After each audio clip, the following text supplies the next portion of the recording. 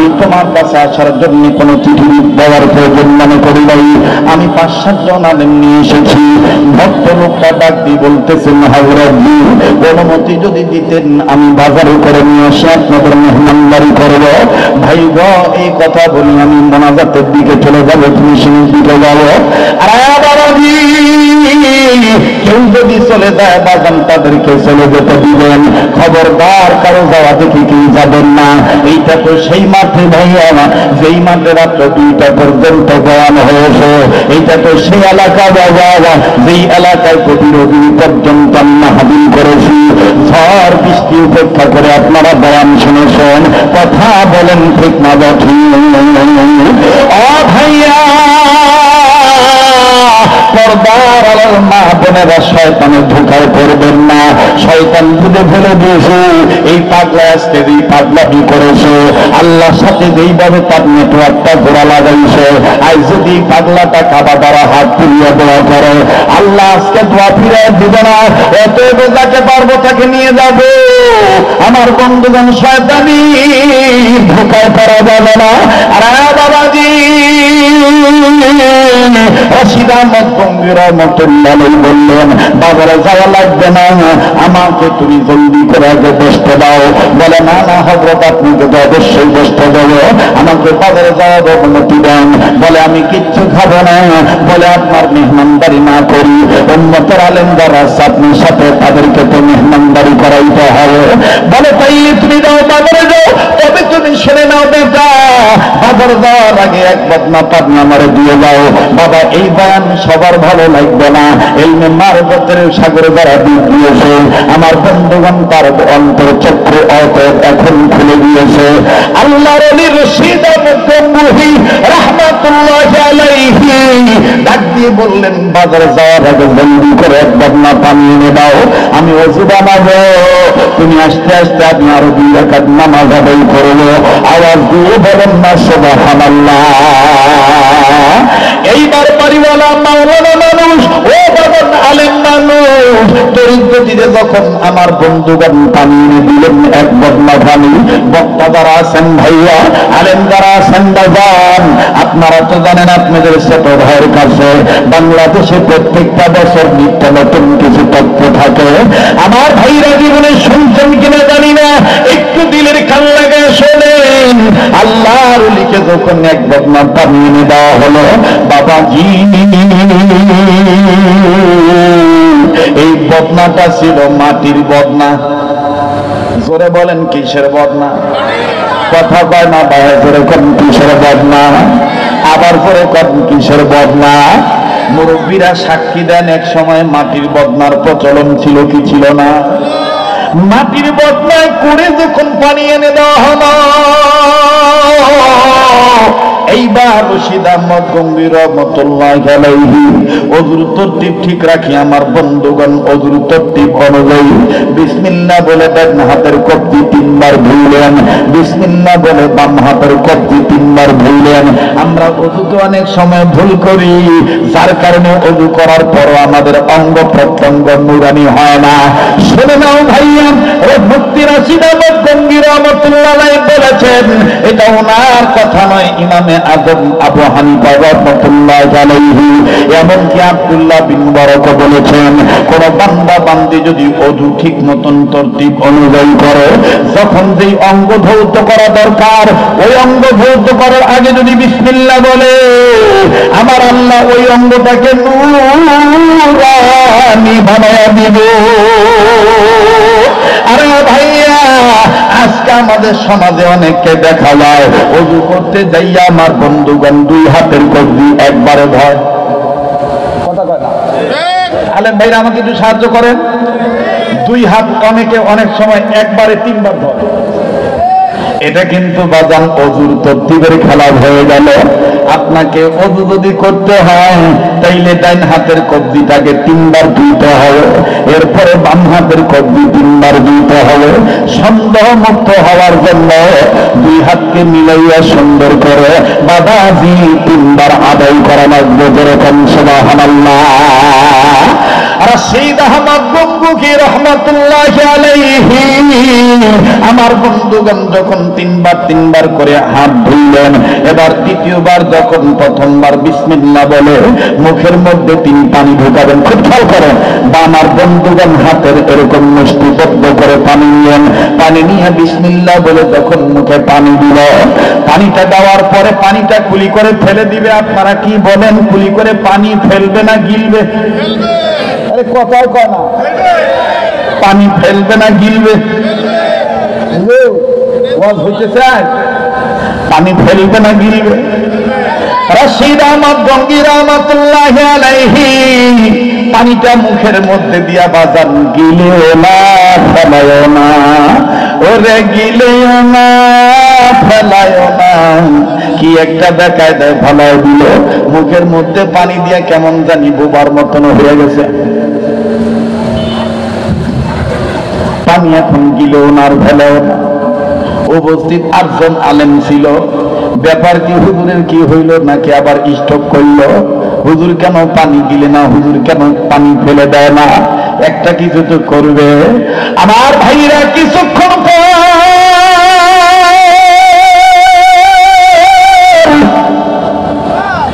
রাশিদ আহমদ গঙ্গুহি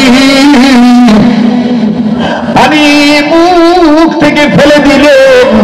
আমার বন্ধুগণ মুখ থেকে ফেলে দিয়ে চোখটা লাল হয়ে গেছে, কান্না করতেছে, আর ডাক দিয়ে বলে, সময় নেই, সময় নাই, জলদি করে আলেমরা আমার পাশে দাঁড়াও, সম্মিলিত কণ্ঠে তোমরা জিকির করো, কালেমা শরীফের তোমরা পান দাও, তৌহিদের কালেমাটা জোরে জোরে পড়ো। এবার সবাই রাশিদ আহমদ গঙ্গুহির চতুর্দিকে দাঁড়াইলেন। দাঁড়াইয়া আমার ভাইরা মন খারাপ করবেন না, এই পাগলের একটা অভ্যাস আছে, রাত্রে যত গভীর হবে কণ্ঠের মধ্যে আল্লাহ ততই জোর দিয়ে দিবে, এটা আমার আল্লাহর দান। বলেন না কারবান, আবার বলেন না কারবান। এবার চতুর্পাশে 7 জন 8 জন আলেম দাঁড়াইলেন। 7 জন আলেম দাঁড়াইয়া 8 জন আলেম দাঁড়াইয়া সম্মিলিত কণ্ঠে বলা শুরু করলো, লা ইলাহা ইল্লাল্লাহ, জোরে লা ইলাহা। আমার ভাইরা, লা ইলাহা ইল্লাল্লাহু মুহাম্মাদুর রাসূলুল্লাহ সাল্লাল্লাহু আলাইহি ওয়াসাল্লাম। আমার ভাইরা জিকির যখন কয়েকবার হয়ে গেল, কালেমা শরীফ পুরা পড়ার পরে বা রাশিদ আহমদ গঙ্গুহি জিকিরের শেষে তাদের মাঝখান দিয়ে দাঁড়াইয়া 2 হাত আসমানের দিকে উঠাইয়া ডাক দিয়ে কয়, আল্লাহ গো, ওই এলাকার কবর আযাব তুমি মাফ করে দাও, আল্লাহ ওই কবরওয়ালার কবর আযাব তুমি মাফ করে দাও, আল্লাহ ওই কবরওয়ালার কবর আযাব তুমি মাফ করে দাও। উপস্থিত আলেমরা ডাক দিয়ে কয়, মালিক,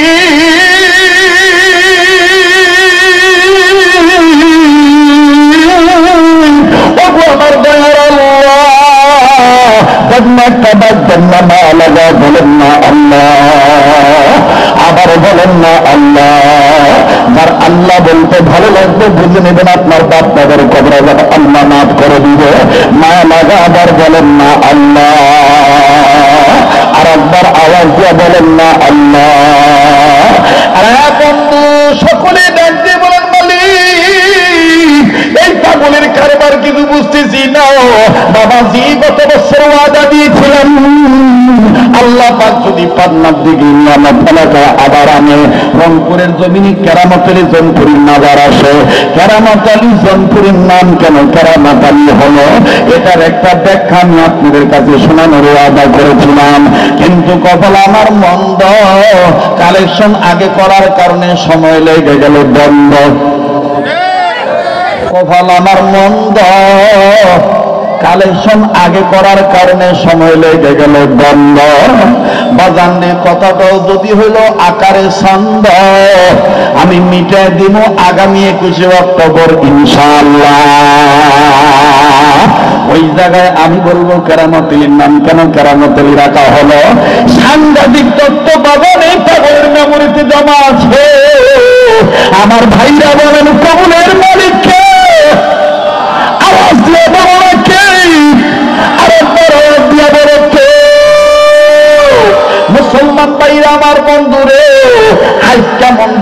আমার বন্ধুগণ ভালোবাসার ভূতে ধরেছে, যেই দিকে গলায় টান দেয় ওই দিকেই যায়। কথা ঠিক না? ঘুমাইতেছেন নাকি হুজুর? ঘুমতেছেন? মাশাআল্লাহ। আয় আল্লাহ, এই রুনাজারি করনেওয়ালা ব্যক্তির উসিলা আমাদেরকে মাফ করে দাও, বলেন না আমিন। এই জন্য তো বাজান কোন কবি বলেছেন, ওরে চিনিলে কবি, ওরে চিনিলে যদি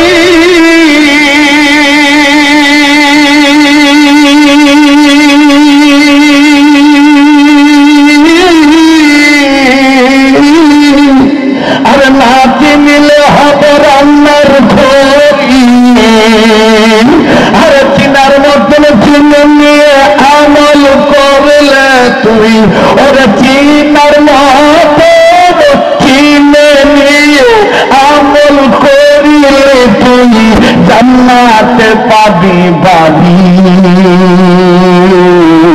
বলে গেল পাগল সাধক শরীয়ত পুরি। কথা বলেন ঠিক কিনা? চিনল যারা পাইল তারা, চিনল যারা পাইল তারা, চিনি যারা পাইনি তারা, চিনি যারা পাইনি তারা, সত্যিকারের চিনে নিয়ে কেউ হয়েছে গৃহহারা, বলে তারা আল্লাহ নবীর পাগল তারা। চিনছে যারা পাইছে তারা, চিনে না যারা পায়নি তারা।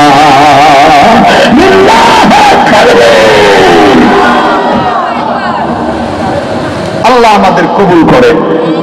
তো হুজুর এবার রংপুরিয়া ভাষায় কয়, হুজুর গোনা মুখ পানি ঢুকি দিয়ে চুপ করিয়াছে, এরপরে পানি ফেলি দিয়া এবার দু হাত তুলিয়া বলতেছে, তোমরা জিকির করো আর আমি আল্লাহর কাছে বলি, আল্লাহ ওই কবরওয়ালার আযাব মাফ করে দাও, ওই কবরওয়ালার আযাব মাফ করে দাও। এখন বাড়িওয়ালা আর হুজুররা বলতেছে, হুজুর কেন বললো ওই কবরওয়ালার আযাব মাফ করে দাও? এর পাশে তো কবর আছে। কথা কেন? তো হুজুর কেন বললো ওই কবরওয়ালার আযাব মাফ করে দাও? বদনার কথা মনে হয়ে গেছে আর একটা কম নাকি? না বলা লাগবে না? আসতেছি, আস্তে আস্তে আসতেছি, থামেন থামেন আমার বন্ধুগণ। এবার হযরত ডাক দিয়ে বলতেছে যে তোমরা আমার কাছে জানতে চাচ্ছ, পরে জানিও, আগে আমি ওযু করি। ওযু করছেন, 2 রাকাত নামাজ পড়ছেন, নামাজ পড়ে এবার বলতেছেন আলহামদুলিল্লাহ, যাও বাজারে যাও। এবার লোকেরা বলতেছে, হুজুর আগে বলেন কি হয়েছে আপনার, আপনি মুখের ভিতর পানি দিয়ে চুপ থাকলেন কেন? রশিদ আহমদ গঙ্গি বলতেছে, বাবারে মাটি বদনা পানি আনি দিছ, যে বদনা দিয়া, যে মাটি দিয়া বদনা বানাইছে, এই মাটির বদনার পানি যখন মুখে দিছি তখন কেমন জানি আমার মুখটায় তিক্ত লাগি উঠছে, তিতা হয়ে গেছে। আল্লাহু আকবার। আমি তখন সাথে সাথে চোখ বন্ধ করলাম, মুখের পানি না ফেলে দিয়ে আমি আল্লাহর সাথে টাওয়ারটা লাগাইলাম, আমি আল্লাহর সাথে নেটওয়ার্কটা মজবুত করলাম। ওরে বললাম, আল্লাহ এই মাটির বদনার পানি তিতা কেন? আমার ভাইরা কে যেন বলে দিচ্ছে, রশিদ আহমদ গঙ্গোহী, মাটির বদনার পানি তিতা হওয়ার কারণ দুটি। যে এলাকায় যে মাটি কখনো বেশি পুড়ে যায়, হয় ওই পোড়া মাটি তিতা লাগে, না হয় পোড়া মাটি নোনতা লাগে। কথা কয়, মাটি যদি বেশি পুড়ে যায় হয় বেশি তিতা লাগে, নাহলে কি লাগে? নোনতা লাগে। এবার রশিদ আহমদ গঙ্গি বলতেছেন, আল্লাহ তিতা লাগার কারণ কি? মুসলমান ভাইরা আমার বন্ধুরে ডাক দিয়ে বলতেছেন, আল্লাহর গোলাম, তিতা হওয়ার কারণ হলো যেই এলাকার মাটি দিয়ে বদনা বানানো হয়েছে, বাগান খুব খেয়াল করবেন, ডেকে ডেকে বলতেছেন যেই এলাকার মাটি দিয়ে বদনা বানানো হয়েছে, রশিদ আহমদ গঙ্গোহী ওই এলাকায় একটা কবর আছে, এই কবরের মধ্যে সাংঘাতিক আযাব হইতেছে। আযাব হওয়ার কারণে অত্র এলাকার সমস্ত মাটি তিতা হয়ে গেছে, আর এই তিতাযুক্ত মাটি দিয়া বদনা বানাইছে। আমার ভাইরা আলেমরা তখন থরথর করে কাঁদতেছে আর কান্নাকাটি করতেছে, হায় হায় সাংঘাতিক কথা। আল্লাহওয়ালাদের বাতিল চক্ষু আছে না নাই? জোরে বলেন, তাদের অন্তর চক্ষু খোলা আছে না নাই? ভাইয়া রশিদ আহমদ গঙ্গুই রহমাতুল্লাহ আলাইহি তখন বললেন, আলেম বাবারা, তোমরা হয়তো বা হাদিসে দেখছো কি জানি না, আমি আমার হাদিস সাহেব রহমাতুল্লাহ আলাইহি নিসবতের বরকতে আমি তখন আল্লাহকে ডাক দিয়ে বললাম, আল্লাহ, তাইলে কবরওয়ালার কবর আযাব মাফ হওয়ার কারণ কি, উপায় কি? আমার আল্লাহ ডাক দিয়ে বললেন, রশিদ আহমদ গঙ্গুই, তোমার কাছে যারা দণ্ডায়মান তাদেরকে দিয়া লা ইলাহা ইল্লাল্লাহু মুহাম্মাদুর রাসূলুল্লাহ এই কালেমাটা তাদেরকে পড়াইতে বলো। আজকে আমি আপনাদের একটা ভুল ভেঙে দেই, যারা বলে এই আল মকবুল মাদ্রাসা ছোট মাদ্রাসা, এই মাদ্রাসায় টাকা দিয়ে লাভ কি, বড় বড় আলেম তো হয় না। শুনিয়ালো ভাইরা আমার, হাটাবাড়ি মাদ্রাসার একজন বয়োবৃদ্ধ বুজুর্গ আলেম ছিলেন। আমার আলেম ভাইরা বাবারা, তার নাম অবশ্যই শুনিয়ে থাকবেন। তার নাম হলো মাওলানা জমিরউদ্দিন রহমাতুল্লাহি আলাইহি। মাওলানা জমিরউদ্দিন রহমাতুল্লাহি আলাইহি তিনি তার কিতাবের মধ্যে লিখেছেন, মাদ্রাসা ছোট হোক আর বড় হোক, তুমি আলেম হও আর নন আলেম হও, তোমার ইলম থাক আর নাই থাক, তুমি কিচ্ছু জানো আর না জানো, যদি তুমি ছোট্ট একটা সন্তান হিসাবে, যদি তুমি মুসলমান হিসাবে কালেমা তৈবাটা একবার সহি করে পড়তে পারো, আর তোমার মা বাপ যদি মরে যাইয়া থাকে, ওই মরা মা বাবার কবরের পাশে দাঁড়াইয়া একবার যদি তুমি বিশুদ্ধভাবে কালেমা লা ইলাহা ইল্লাল্লাহু মুহাম্মাদুর রাসূলুল্লাহ এই কালেমা শরীফটা যদি তুমি পাঠ করো, আমার আল্লাহর সাথে সাথে তোমার বাপ মার কবর আযাব মাফ করে দিবে। বাজান রে, কেমন লাগলো? কথাটা ভালো না খারাপ? আমার বন্ধুগণ, মাফ করার মালিক রশিদ আহমদ গঙ্গুই রহমাতুল্লাহ আলাইহি ডাক দিয়ে বলতেছে, আমি এখন চিন্তা করে দেখলাম তার ছেলে পাই কোথায়, তার মেয়ে পাই কোথায়, তার আত্মীয় স্বজন পাই কোথায়। আর আমি হাদিসের দিকে নজর দিলাম, নবী বলেছেন প্রতিটি মুসলমান মিল্লাতের দিক দিয়া ভাই ভাই, কথা বলেন ঠিক না বেঠিক? রক্ত আমাদের একটাই, আমাদের জাতির পিতার নাম ইব্রাহিম খলিলুল্লাহ, আমাদের জাতির পিতার নাম দুনিয়ার কোন হমরা সমরা পেটাংরা মুলটাংরা শয়তান হইতে পারে না।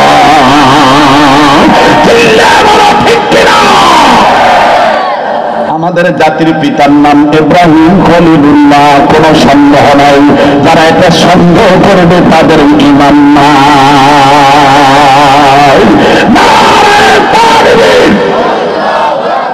মুসলমান ভাইরা আমার, বন্ধুগণ, রশিদ আহমদ গঙ্গুই রহমাতুল্লাহ আলাইহি বলেন, আমি চিন্তা করে দেখলাম তোমাদের সাথে রক্তের কোনো সম্পর্ক নাই, কিন্তু মুসলমান তোমরা ধর্মীয় ভাই ভাই, এজন্য তোমরা এই জায়গা থেকে লা ইলাহা ইল্লাল্লাহ বলবা, মুহাম্মাদুর রাসূলুল্লাহ বলবা, আল্লাহ পাক ওই দুরূদে শরীফ কবর আযাব মাফ করে দিবে।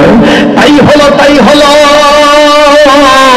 যখন তোমরা লা ইলাহা ইল্লাল্লাহ জিকির করলা, মুহাম্মাদুর রাসূলুল্লাহ সম্পূর্ণ কালেমা পাঠ করলা, আমার আল্লাহ ওই কবরওয়ালার কবর আযাব মাফ করে দিল। আমি আবার ওযু শুরু করলাম, পানি মুখে নিয়ে দেখি পানি স্বাভাবিক হয়ে গেছে। আর জোরে জোরে বলেন না সুবহানাল্লাহ। এই জন্য আমি আমার এই গঙ্গা চড়া পান্নার দিকে এলাকায় বলবো, মাদ্রাসা যত বেশি হবে কোনো সমস্যা নাই।